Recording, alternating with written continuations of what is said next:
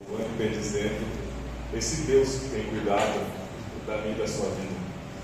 Como foi falado aqui, meu nome é Bruno, eu sou da cidade de Salto, para quem conhece lá daquele lado, Sorocaba, Campinas. Viemos para cá hoje, 530 quilômetros, acho que foi mais ou menos. Cheguei, já fui dormir, primeira coisa, estava quebrado. Então, foi uma alegria poder estar aqui. A pastora Adelina já fechou uma agenda aí para mim hoje, e acho que domingo também tem alguma coisa aí. E é sempre um prazer, uma alegria poder estar conhecendo um pouco de Deus. Pastor Rodrigo, Heloísa foi super bem recebida aqui. Ela foi mostrar lá como está ficando as salas. Que igreja abençoada, que povo maravilhoso que Deus tem colocado aqui para louvar a Deus. Sou grato a Ele. Primeiramente, toda a honra, toda a glória tem que ser dada a quem é de direito, ao nosso Deus, que é a única estrela que possa brilhar sempre o nosso Jesus Cristo de Nazaré. E eu entrei aqui, eu até falei para o pastor Adelino, com o coração aberto, que eu não sabia o que eu ia ministrar, que eu tento sentir o que a igreja está necessitando, o que Deus quer falar com a igreja. E na hora que o pastor subiu aqui, falou sobre não fugir da presença de Deus, isso tocou no meu coração e eu quero falar nisso nessa noite. Para nós não fugirmos da presença de Deus. E eu quero também, como ele falou, introduzir meu testemunho nessa pregação. Eu quero que, por gentileza, você abra sua Bíblia comigo no profeta Jonas.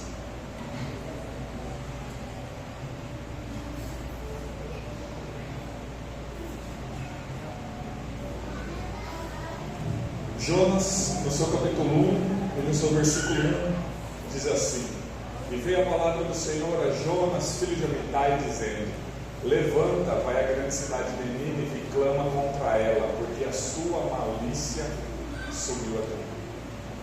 É isso que Deus quer falar conosco nessa noite. E veio a palavra do Senhor a Jonas, filho de Amitai, dizendo: Levanta, vai à grande cidade de Nínive e clama contra ela, porque a sua malícia subiu até mim. Nós conhecemos essa história, nós conhecemos essa palavra, e nós temos que aceitar o chamado que Deus tem para a nossa vida. Muitos aceitam imediatamente o que Deus tem traçado na sua vida. A história da Bíblia vem falar para a gente que Deus lhe chama Abraão: sai da sua terra e sua parentela e vai. E ele aceitou aquilo que Deus tinha para a vida dele. Ele aceitou o chamado que Deus tinha para a vida dele. E foi. E Deus fez grandes coisas na vida dele. Só que muitas das vezes nós estamos que nem Jonas. Nós tentamos fugir daquilo que Deus tem preparado para a nossa vida. Nós tentamos escapar daquilo que o nosso Deus tem proposto para mim e para você. Porque o chamado que Ele tem para a minha vida é diferente do que Ele tem para o pastor Rodrigo, para o pastor Adelina. Ele tem diferente, é um chamado diferente. Pode ser pastores, mas é um chamado diferente. Então creia e acredite e confie que Deus ele tem algo especial preparado para a sua vida. Você confia nisso? Você acredita nisso? Que Deus ele tem algo especial traçado para a sua vida. E esse homem, quando Deus chama ele tenta fugir da presença de Deus. A Bíblia vem relatar para a gente que Deus manda ele ir para a cidade de Nínive, que nem nós lemos, que ela estava fazendo muitas coisas erradas, e Deus queria que ele fosse lá pregar, falar do amor dele. Só que agora ele tenta fugir da presença de Deus. E meu irmão, minha irmã, eu venho aqui diante da presença de Deus falar que ninguém consegue fugir da presença do nosso Deus. Nós podemos esconder durante um tempo, mas Ele vai nos encontrar, Ele vai nos achar, Ele vai nos trazer para a presença dEle. E esse homem, ele desceu para comprar a sua passagem, desceu até Jope para comprar a sua passagem. Ele estava querendo ir para Tarsis, que é uma direção totalmente ao contrário do que Deus tinha para a vida dele. Deus queria que ele fosse para Nínive, só que agora ele quer ir para direção totalmente contrária. E ele entra dentro desse navio, dentro desse barco, assim como nós conhecemos a história. E a Bíblia relata que a primeira coisa que ele vai fazer, ele foi dormir. E a Bíblia vai relatar, após isso, que Deus manda um grande vento e uma grande tempestade sobre aquele barco. Aquele barco ele estava para cair, ele estava para quebrar, ele estava para ir a pique, porque era muito vento, era muita tempestade. E aqueles marinheiros, eles não sabiam o que estava acontecendo. A Bíblia vem falar para a gente que eles começaram a jogar as suas fazendas, começaram a jogar tudo que eles tinham dentro do barco, mas nada mudava aquela situação. Aqui eu já quero abrir um parênteses. Quando nós fugimos da presença de Deus, tentamos escapar da presença de Deus, as pessoas que não têm nada a ver com isso, que estão do nosso lado, acabam sofrendo as consequências. Aqueles homens que estavam dentro do barco, eles não tinham nada a ver com o que Jonas estava fazendo, que estava fugindo da presença de Deus. Só que agora ele tem que lançar o que eles tinham dentro daquele barco, os seus pertences, os seus bens. O nosso Deus, ele é justo. Eu estava falando isso ontem. O nosso Deus, ele é tão justo que ele permite que o que nós plantamos, nós colhemos. Tudo aquilo que nós plantamos, nós colhemos. E o mais difícil da colheita, pastor Rodrigo, é que quem colhe não é só eu, é quem está do meu lado colhe junto comigo. Porque quando você passa uma dificuldade, as pessoas que estão do seu lado, elas vão passar junto com você. Elas vão chorar junto com você. Elas vão entrar em oração junto com você. E agora esse homem, esse moço, esse profeta, ele estava tentando fugir da face do Senhor. E eles estavam jogando para fora tudo que eles tinham, os pertences, os bens, e nada estava acontecendo. O vento continuava, a tempestade continuava. Então eles resolvem tirar sorte, como eles tinham o costume de fazer nessa época, com pedrinhas, com madeirinhas. Eles jogam e tiram sorte, e a sorte cai sobre Jonas. Então o marinheiro, o capitão desse barco, ele desce até onde está Jonas, ele acorda ele e fala: por que está dormindo o dormente? Agora para pensar. Que homem, que pessoa que consegue dormir no meio de uma tempestade? A minha esposa não está aqui, mas tenho o costume de citar ela nessa situação. Ela dormiria numa tempestade. Ela dormiria no meio de um vento, da val ela dorme. Ela fala: não, nem choveu essa noite. Chega a ter até árvore na rua lá e ela acha que nem choveu. E agora, esse homem estava dormindo, eles acordam esse homem, esse moço. E ele pergunta: da onde vens e para onde vais? E quem é o Deus que você serve? Ele começa a relatar que ele é hebreu. E ele está fugindo do Deus, a Bíblia fala assim, que criou os céus e o mar. Ele está fugindo do Deus que criou o mar pelo mar. Olha só que ironia.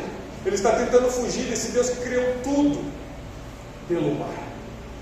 Então ele fala para aqueles homens, ele vê que o problema real que estava acontecendo ali era ele. Ele era o problema. A dificuldade estava acontecendo com eles por causa de Jonas, que ele estava tentando fugir da presença de Deus. E que nem eu falei no início e volto a repetir, ninguém consegue fugir da presença desse Deus. Ele nos encontra aonde a gente estiver.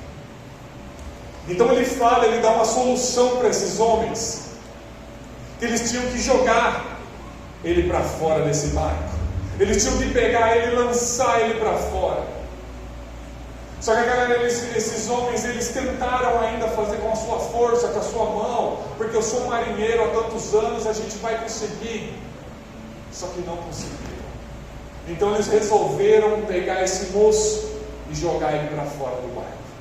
E a Bíblia vem nos mostrar que no momento que ele bate na água, aquela tempestade ela cessa, ela acaba, fica calma. E agora chegou o momento da colheita na vida desse moço. E o nosso Deus, Ele é bondade, Ele é amor, Ele é paz, Ele é tudo. Mas o nosso Deus, Ele é justo. Ele faz a gente colher aquilo que nós plantamos. E agora esse moço, ele está no mar, e vem um grande peixe, conjectura-se que seja uma baleia, e essa baleia, esse peixe traga esse moço. Agora eu convido você a imaginar essa situação que esse moço vai viver a partir de agora, dentro de um ventre de um peixe. Vamos imaginar que a água estava pela barriga, dentro daquele peixe. Estava tudo escuro. E ele começa a colocar sua mão dentro daquele peixe, dentro daquela baleia. E ele começa a ver coisas ali, coisas batendo nele, a água está ali. E ele começa a pensar: e agora? O que eu vou fazer para sair daqui de dentro? E agora eu vou ser digerido dentro do ventre desse peixe. E esse moço, ele começa a colocar sua mão, começa a tentar achar uma saída, mas não tem saída. Agora a Bíblia, no seu capítulo 2 de Jonas, começa a nos relatar que ele reconhece que ele tinha que fazer a vontade de Deus. E ele vai orar. Ele vai orar. E a Bíblia relata para a gente que esse moço, ele começa a orar com o seu coração. Porque não adianta eu vir aqui, pastor Rodrigo, e falar palavras bonitas, falar que eu vou mudar, que eu vou ser pessoa diferente, e meu coração está falando tudo ao contrário. Eu posso enganar o Senhor, mas eu não engano Deus. Deus eu não consigo enganar. O nosso Deus eu não consigo enganar, porque Ele conhece o que passa no meu coração e no meu pensamento. Então esse moço, ele começa a fazer uma oração, falando para Deus que ele realmente iria aceitar o chamado que Deus tinha na vida dele. E Deus viu que aquela oração, ela era sincera. Aquela oração, ela saía do coração, era uma oração real. Você já passou por um momento dificultoso que você falou: agora eu tenho que orar mesmo. E você fez aquela oração sincera para Deus. Creio que Deus, Ele escutou, Ele ouviu a sua oração.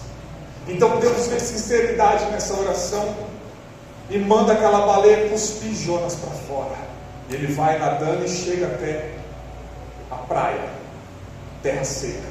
Aí vem a palavra do Senhor pela segunda vez a Jonas, filho de Amitai: levanta-te, vai à grande cidade de Nínive e clama contra ela. E agora, pastora Adelina, eu vou aceitar o chamado de Deus para a minha vida? Ou eu vou fugir?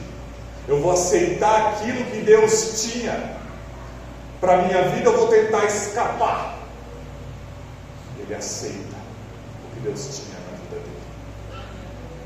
E ele entra naquela cidade. A cidade de Nínive, ela tinha por volta de 120 mil habitantes. E ela tinha por volta de 3 dias de caminhada. E ele começa a pregar. Ele começa a anunciar o Evangelho, anunciar palavras que Deus iria mudar aquela nação. Só que eles tinham que se converter, voltar ao caminho. E ele prega, ele fala, e aquele povo inteiro se arrepende. Eu acho interessante essa palavra, porque esse moço, ele tentou escapar do que Deus tinha para a vida dele, e através disso 120 mil pessoas estavam se perdendo. 120 mil pessoas estavam perdidas, por causa que ele não quis aceitar o chamado que Deus tinha para a vida. Você consegue compreender que o chamado que Deus tem para a sua vida é grande? Você consegue compreender que Deus, Ele quer usar a sua vida e através de você para salvar pessoas, para curar pessoas, para mudar situações? Muitas das vezes nós nos menosprezamos, falamos assim: ah não, manda o pastor Rodrigo, manda o pastor Adelino, deixa que eles fazem. Não, Deus quer usar você. Deus quer usar você, através da palavra que Ele vai colocar no seu coração para ministrar, através do testemunho que Ele já fez você vencer para mudar situações. Só que nós temos que aceitar o chamado de Deus. E eu acho interessante também nessa palavra, que se nós não orarmos fora do peixe, Deus vai permitir que nós oramos dentro do peixe. Se nós não orarmos fora dos problemas, das lutas, das dificuldades, Deus vai permitir que nós oramos passando por momentos difíceis. Então por isso nós temos que estar em vida constante com Deus. Nós temos que estar caminhando com esse Deus. Nós temos que tomar realmente o que Deus tem para mim e para a sua vida e seguir aquilo que Deus tem para mim e para você. Glória a Deus. Eu falo isso para você de experiência própria. Eu falei que eu ia encaixar o meu testemunho. Quando eu tinha 13 anos de idade, um adolescente, uma criança, eu tentei fugir do que Deus tinha para a minha vida. Eu entrei nas drogas com 13 anos de idade. Aí das drogas ela sempre vai te levando para outras coisas. Se das drogas eu entrei no tráfico, eu não vou adentrar nisso. Mas eu fui preso. Eu passei um dos momentos mais difíceis, que é você ver a sua mãe e seu pai entrar dentro de um presídio para te visitar. E eles entram no presídio, não é só abrir uma porta e entrar, eles têm que passar por uma revista. Imagina sua mãe passando por isso. Quando eu vi ela lá dentro, eu falei, eu sou um lixo. Olha o que eu estou fazendo com a minha mãe. O inimigo, ele dava para mim e eu aceitava cada vez mais. Agora eu já tinha dos 13, já tinha completado meus 18 anos, já tinha sido preso, tinha sido solto. E agora eu estava continuando fazendo as coisas que desagradavam a Deus. Mas eu falei no início dessa palavra, eu continuo falando, não tem como fugir da presença de Deus. Não tem como a gente tentar se esconder daquilo que Deus tem para a sua vida e para a minha vida. Porque a gente pode pegar um avião aqui lá para o Japão, Deus ele vai encontrar a gente lá. Deus ele vai encontrar eu e você lá. Glória a Deus. Eu estava numa segunda-feira à tarde, dia 15 de 9 de 2008. É uma data marcante em minha vida. Vindo com minha moto, com um rapaz na minha garupa, nós estávamos fazendo algumas coisas que não agradavam a Deus, estávamos voltando. De repente um abençoado cruzou o carro na minha frente, sem dar seta, sem fazer absolutamente nada. Só cruzou. Ficou um carro assim atravessado na minha frente. Aí eu peguei e bati nesse carro. E nessa batida, eu enfiei essa mão dentro do vidro do carro. Ela é mais fina que essa outra, se você olhar. Eu quebrei essa mão no vidro do carro, enfiei o braço dentro do vidro do carro. E como eu sou pequenininho, que nem o pastor Abelino falou, eu quebrei as minhas duas pernas no guidão da moto. O guidão da moto minha ficou assim, ó, virado para cima. E por eu estar com uma pessoa na garupa, esse peso veio em cima de mim e eu ainda fui arremessado por cima do carro. Então, eu bati, enfiei a mão no carro, quebrei as duas pernas do guidão na hora que eu fui arremessado. E nessa hora que eu quebrei as duas pernas no guidão, essa perna esquerda, ela teve quebradura exposta. O osso saiu para fora. As pessoas que me resgataram naquele lugar falam que o osso estourou, saiu para fora. E nós temos uma veia artéria que ela desce daqui, desce no coração e passa na coxa esquerda. Ela também se rompeu. Então, o que estava do meu lado ali era muito sangue e a gordura do osso estourou. A enfermeira que me resgatou, que Deus ele é tão bom, que no momento que eu sofri um acidente, tinha um bombeiro parado no local e uma enfermeira. E eles já me deram os primeiros socorros imediato. Coisa de 10 segundos eles já estavam me dando os primeiros socorros. E eles me pegaram, não conseguiram nem voltar minhas pernas, porque eles falam que as minhas duas pernas estavam no ombro. Eu fiquei pequenininho. Eu tenho algumas fotos, até mandei para o pastor Adelino, ele ia passar aqui, mas não está saindo data show, né? Mas se você quiser ver, eu te mostro depois. Eu fiquei pequeno, não tenho essa foto. Não, eu não tenho essa foto, eu quebrado, mas eu tenho algumas outras fotos que demonstram o que eu passei. E me levaram para o hospital. Até então eu estava todo quebrado, mas eu estava bem, quebraduras. Só que agora veio acontecer uma coisa pior do que já tinha acontecido. Me deu embolia pulmonar. O líquido do osso entrou na veia sanguínea e subiu para o pulmão. Aí eu entrei em coma. eu entrei em coma. E os médicos não falaram nem uma nem duas vezes, foram várias. Você, falou para o meu pai, ele não tem chance. Compra um caixão. Hoje deu convulsão no Bruno. Ele não morreu por causa disso daqui, ó. Ele está com uma infecção muito severa na perna, porque o osso ficou exposto. A enfermeira falou que pegou meu osso, ela começou a tirar as gramas que tinha em volta do osso, terra e muitas coisas que tinha naquele lugar que eu caí, no canteiro central da rodovia. E o médico falava sempre para o meu pai: não tem jeito, não tem jeito. O Bruno não vai escapar. Só que enquanto meu pai ia para a igreja, Deus usava uma pessoa que nunca viu ele para falar assim: sabe, seu filho estava no hospital? Eu estou cuidando dele. Eu estou com as mãos sobre ele. Eu vou mudar a história dele. E aí, vai acreditar no médico ou vai acreditar em Deus? Sempre a última palavra vem de Deus. Sempre. A última palavra vem do nosso Deus. E agora, passado 12 dias dentro de uma UTI, a partir do 8º dia, hoje parece que aumentou, mas a partir do 8º dia você tem que ser traqueostomizado. Você fica entubado pela boca, mas a partir do 8º dia tem que traqueostomizar, cortar aqui, ó, se os irmãos quiserem ver a cicatriz, e para respirar por aqui. E eu tinha uma foto minha, essa foto se perdeu, eu todo cheio de aparelho, com esse negócio na garganta, com um gesso no braço, com um peso de 5 quilos numa perna, porque o osso passou, tive que pôr um peso de 5 quilos para voltar, na outra uma gaiola. Eu estava sem chance nenhuma. Só que o nosso Deus, Ele estava trabalhando. O nosso Deus, Ele estava fazendo.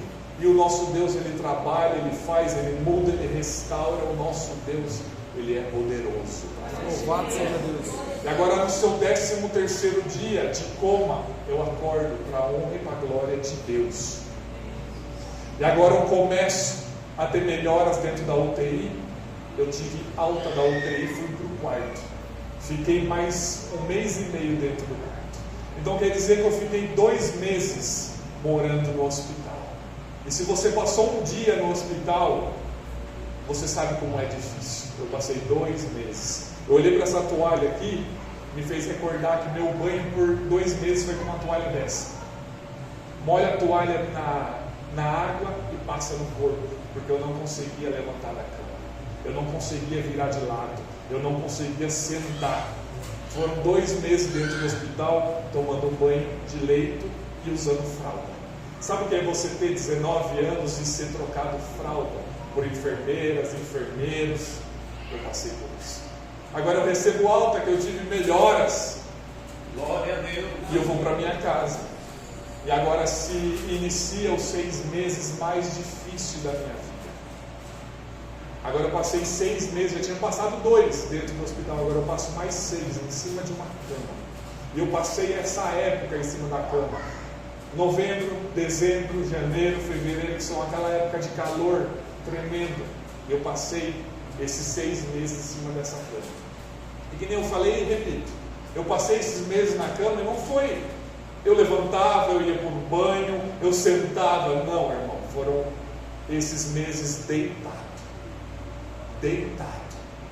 Sabe que na hora de trocar tem que virar de lado para trocar o lençol, daí vira de volta. Era assim. Sabe, tomando banho ainda com a toalhinha molhada, daí vinha com uma toalha seca para secar. Sendo trocada a fralda agora pelo meu pai e pela minha mãe.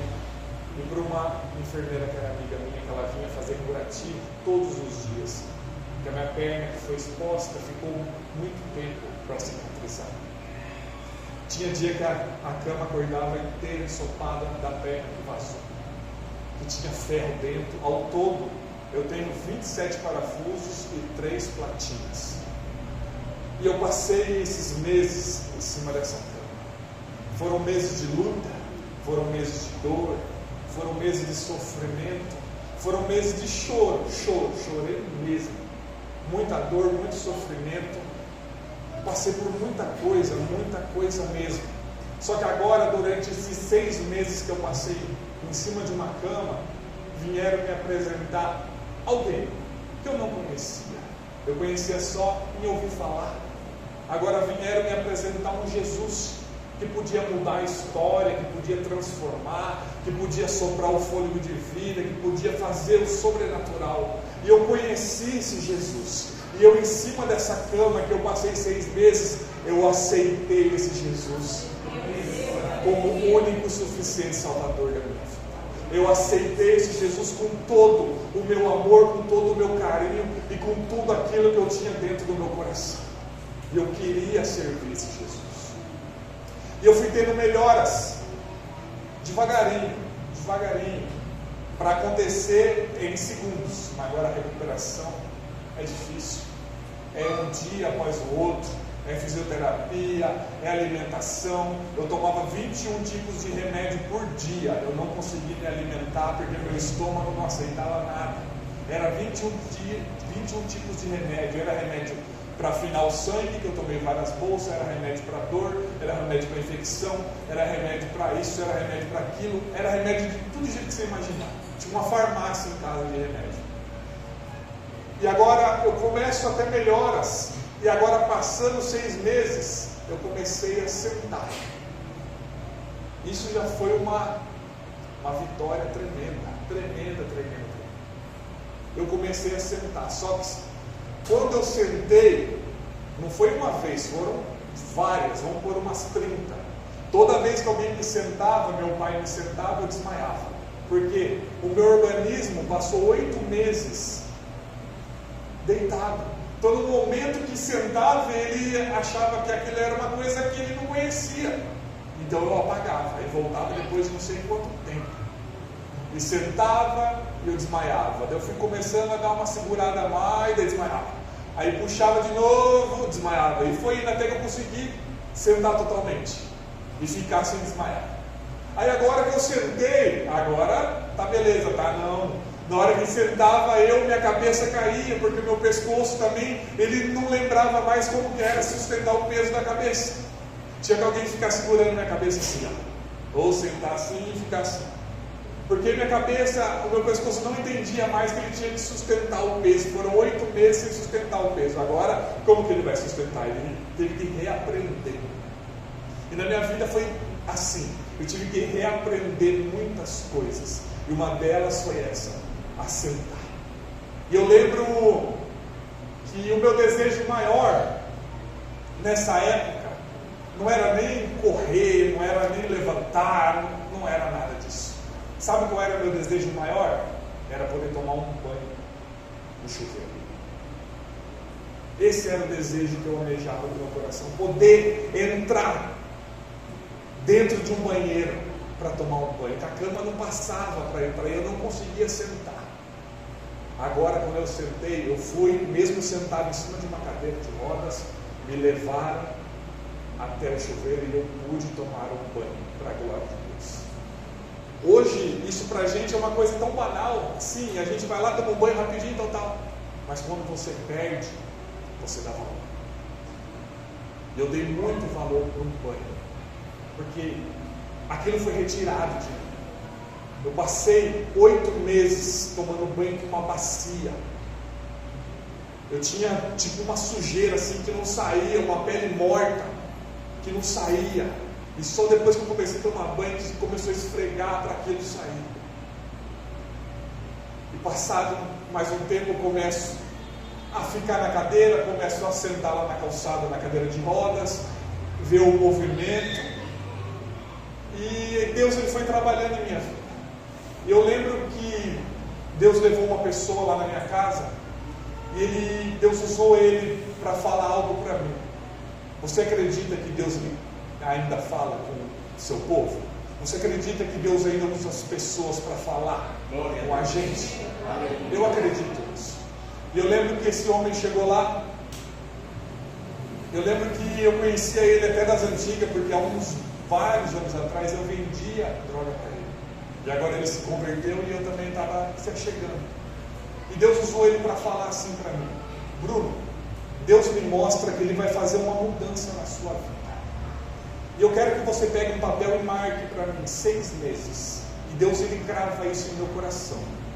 em até 6 meses ele vai mudar a sua história. Ele usou uma palavra que nunca vai sair da minha memória, que é assim: e Deus vai fazer um reboliço na sua vida. E ele falou assim: e eu quero que você marque esses 6 meses, porque se chegar esse 6º mês e Deus não fizer nada, eu quero que você me ligue, que eu não vou servir mais esse Deus, porque esse Deus me mentiu. Eu não sirvo um Deus de mentira, eu sirvo um Deus que é verdadeiro, um Deus que fala. Glória a Deus. E eu, novo convertido, café lá no tutano, já marquei, falei, vou contar. 6 meses, eu creio que Deus vai fazer algo na minha vida.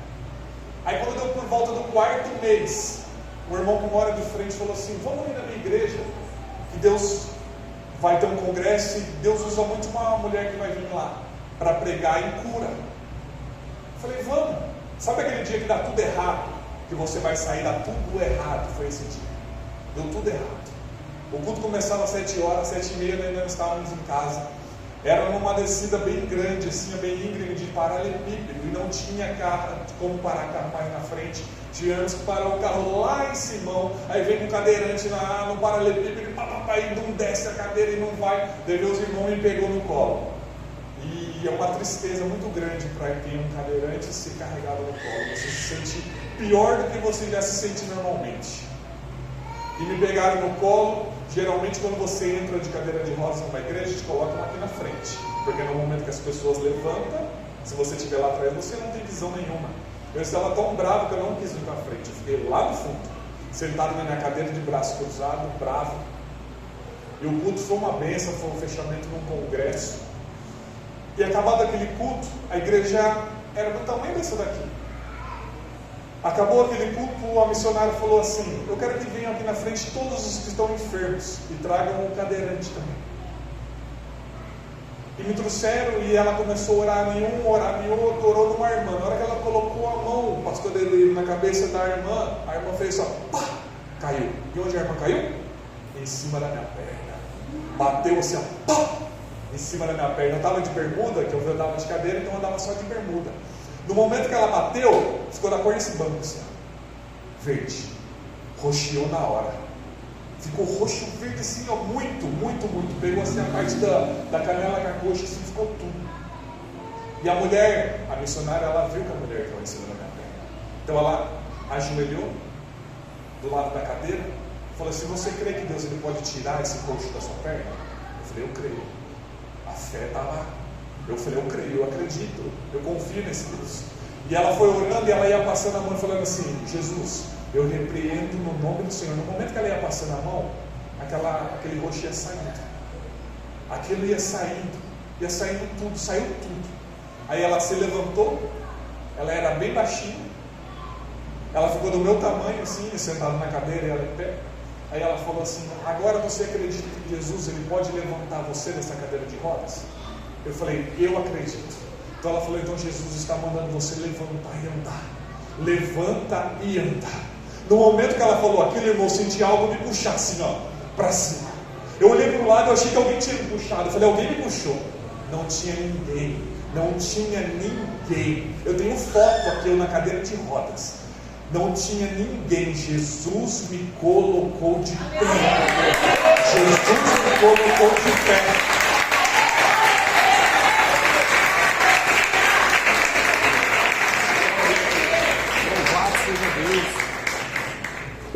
Jesus me colocou de pé. Você acredita nisso? Que o seu Jesus ele continua fazendo milagre?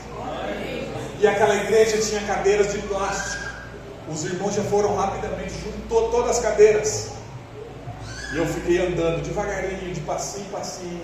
Eu já vi gente que é curada e já sai correndo na cadeira de roda. Eu não, foi de passinho em passinho, passinho em passinho. De muito tempo sem andar, eu fui de passinho. E aquele dia eu quis fazer uma coisa que está na Bíblia. Eu peguei a minha cadeira de roda e eu levei para o carro. Porque Jesus ele é fiel. Jesus ele é fiel. Jesus ele é fiel. Glória a Deus. E ele continua operando milagres no meio do seu povo. De lá para cá já se passaram 16 anos. Foram 16 anos de luta, de dor, de dificuldade, de choro. Eu passo dores até hoje, Eu passo dores tremendas. Eu passo dores, às vezes, que eu não durmo, que eu viro a noite sem dormir. Só que eu sou grato a Deus, porque Ele me tirou de um mundo que eu não sei se eu estaria aqui hoje. Ele me tirou de um mundo que eu já fui em vários velórios de amigos. Ele me tirou de um mundo de amigos que foram condenados a 30, 25, 20 anos. Tem amigo meu que está há 12 anos preso sem sair. E quem me disse que um desses não poderia ser eu? Quem me disse que eu não poderia estar fazendo essas mesmas coisas? Só que o meu Jesus, Ele teve misericórdia da minha vida e mudou a minha história. 16 anos passando por isso. Eu tenho 27 parafusos e 3 platinas entre o braço e as 2 pernas. E eu não tenho o movimento de um joelho. Sabe o movimento que nós temos assim de dobrar assim? Eu só tenho de uma. De outra eu tenho um parafuso atravessado dentro do joelho. E o médico falou que não é bom tirar. E aí eu estou com os parafusos até hoje. Eu tenho dificuldades para sentar, para levantar, para caminhar, para dirigir. Eu dirijo carro automático. Eu tenho muitas dificuldades por causa desse movimento que eu perdi no meu joelho. Hoje eu sou deficiente físico. Eu não tenho essa flexibilidade no joelho assim, ó. Eu não tenho. Esse aqui é travado.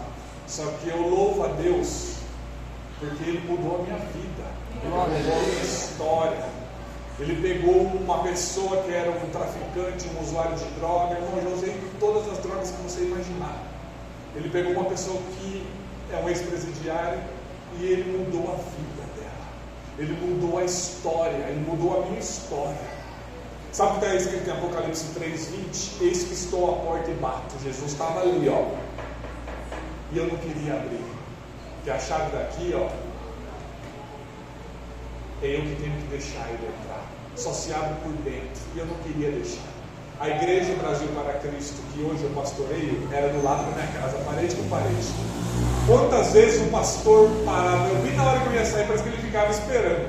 Na hora que eu abri o portão, ele falou: ô Bruno, vem no culto. Eu estava com droga no bolso, estava com outras coisas, carregando. Não, estou ocupado. Eu nunca tinha tempo. Nunca tinha tempo.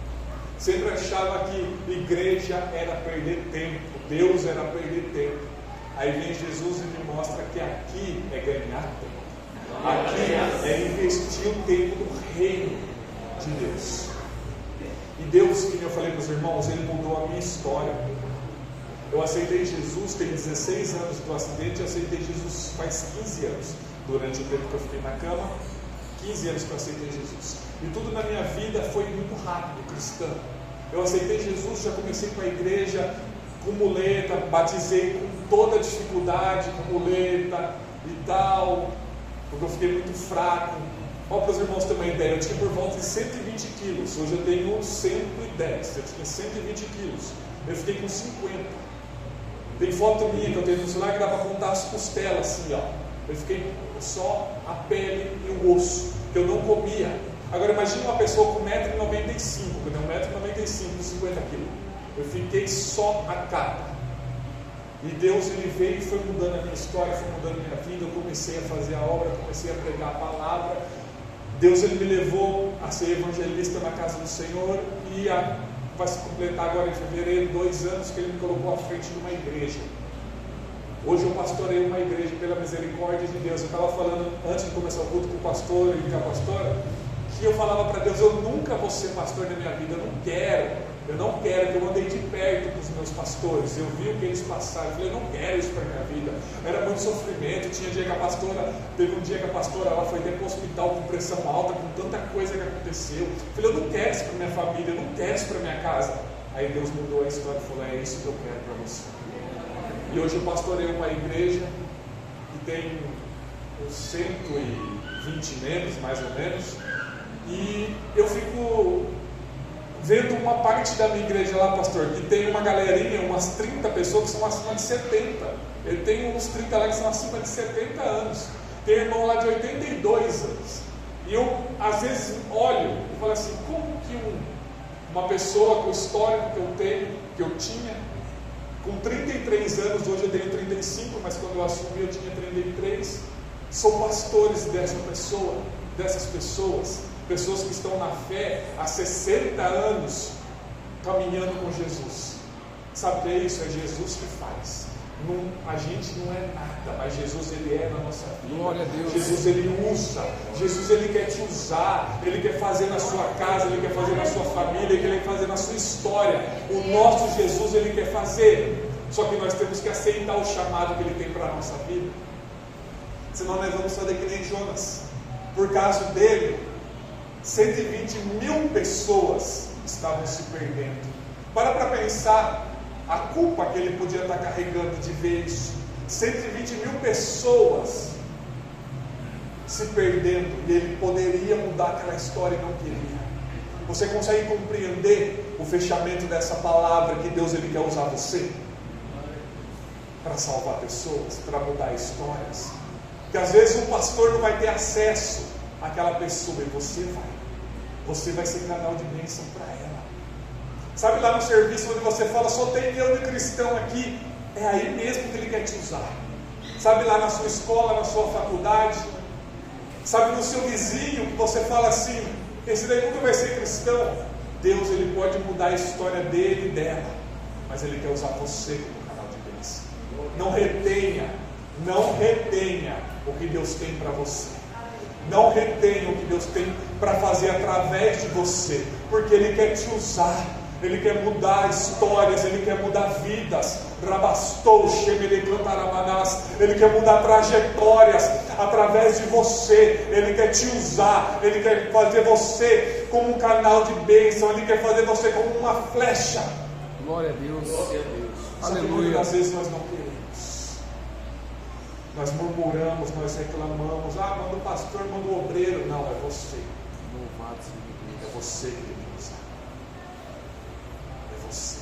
Glória. Ontem eu fui pregar numa campanha, e o tema da campanha é Eu Sou o Filho. Eu estava falando lá sobre a grandeza do nosso Deus. Nós somos filhos.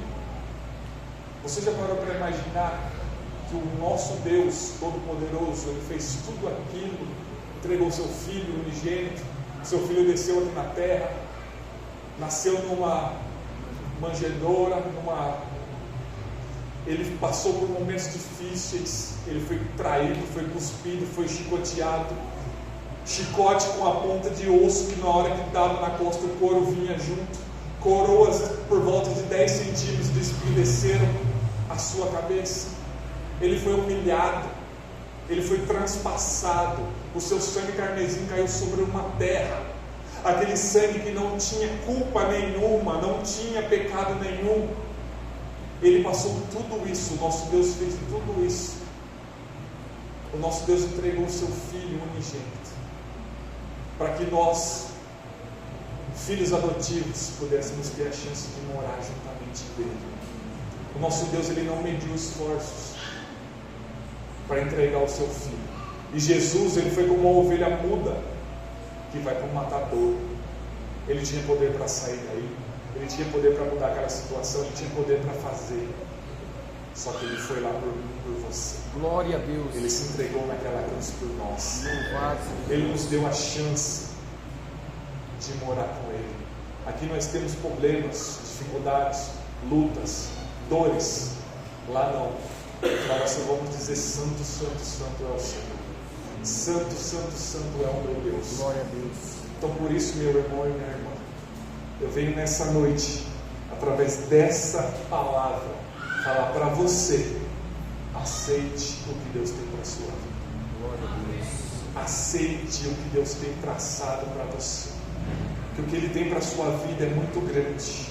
O que Ele tem traçado para você, o olho não viu, o ouvido não ouviu e nem desceu ao coração. É aquilo que Deus tem preparado para a sua vida. Glória a Deus.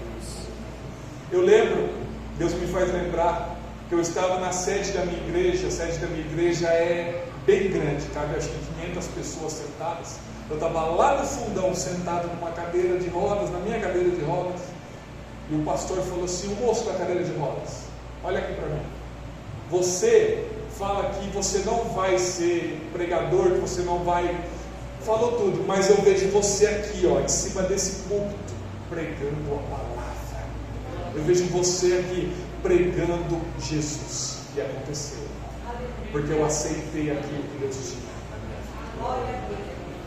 Muitas das vezes nós aceitamos o chamado, mas ficamos de braços cruzados. Não, Nós temos que ir, nós temos que orar. Ah, você é pregador, palavra de Deus, jejum, oração, se fortalece, se enche a cada dia mais, porque Deus ele vai te usar. Deus ele vai te usar para fazer coisas sobrenaturais. Você acredita nisso? Amém. Então eu peço para você, por gentileza, se colocar de pé. Glória a Deus.